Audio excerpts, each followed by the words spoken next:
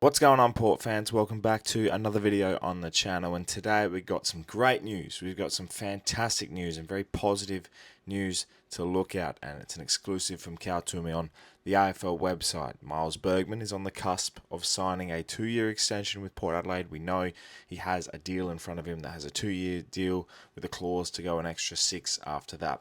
2 years would take him to free agency. It's amazing how quick 2 years would go, by the way. But this news is he's set to remain at the club going into 2026. It's a very, very significant deal. It's a big deal. It's a massive money amount. The most important thing is this is a deal for Port fans to celebrate, because Miles Bergman has become an integral part of our club. He's so underrated. He's so versatile. He's unique. He is what we are using today as a unicorn perspective in terms of naming players as unicorn that can do anything. Well, Miles Bergman is part of that conversation. Play in the midfield, play at half back, pay down forward. He can do anything you put in front of him. You know, he'll tag Patrick Cripps and tag him out of the game and still have 25 and kick 2. He is a midfielder that can play defence, play forward. He's so fantastic. It hasn't been announced, but he has silently been put into the leadership group because he's such a unique personality as well, and he just leads with his heart and leads with his leads on the field. He doesn't have to say much if he doesn't want to, but he'll lead with his aggression and his ability to win the footy. But this deal is fantastic, and he was hunted by so many different different clubs in Victoria. And we were talking about the Western Bulldogs. There was, there's always been talk about St Kilda, Geelong were all in the mix, and he'd fit in all right at Geelong considering he's blonde, and they're all blonde down there. But Essendon and Melbourne are also in this conversation, and now going into the new era with Josh Carr and the full blown effect of Miles Bergman being finally given an opportunity to play midfield and become that fourth player in the group. We talk about the big three: Rosie Butters and Horn Francis. Miles Bergman is now part of the quartet. This is such a significant signing for Port Adelaide. I can't underestimate the value that he is. He is probably on my list of number one wanted players to be signed, and I'm so glad that this is the news that's come out. Now, I was going to make a video about this a couple of weeks ago and be like, well, for every Port fan, you should start coming to terms with learning with the fact that we should accept Miles Bergman is going to leave. We might get Nasiah Wanganeen-Malira and he'll come home, but Miles Bergman is leaving. Zach Butters, the potential of him leaving, and this and that. But it's amazing how the persuasion of what this club is, and it's always been a tight-knit club. It's always been something that, while sometimes it's questionable, the consistency is staggering at how amazing it is. We can't figure it out what it is.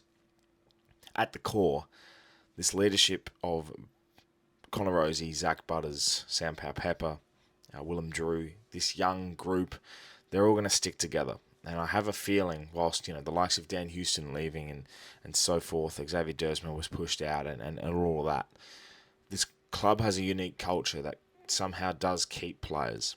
And Miles Bergman giving an opportunity for Port Adelaide to prove themselves. I think it's the same as Zach Butters too. I feel like with Josh Carr coming in, they want to see how this goes. There is a curiosity about it, and with Port Adelaide being in a position where, right, this year might be a failure, might not play finals, and Ken Hinkley's last year, a transition year can go good or bad.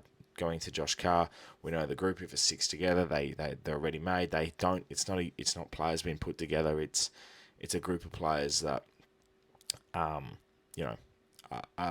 been together for a while, and the bond that they have, and I think Miles has given into that and has played a significant role in becoming part of that. And it's just nice to see that he'll get rewarded with a contract that's going to reward his form and his playing ability and his potential, because we haven't seen Miles Bergman's ceiling yet. That ceiling is to come, and I think now more than ever was a perfect time to get him. And I know 2 years might not seem a lot, but that's 2 years longer than we can have with him, and it becomes a very, very it's just a signature that we must have needed to get.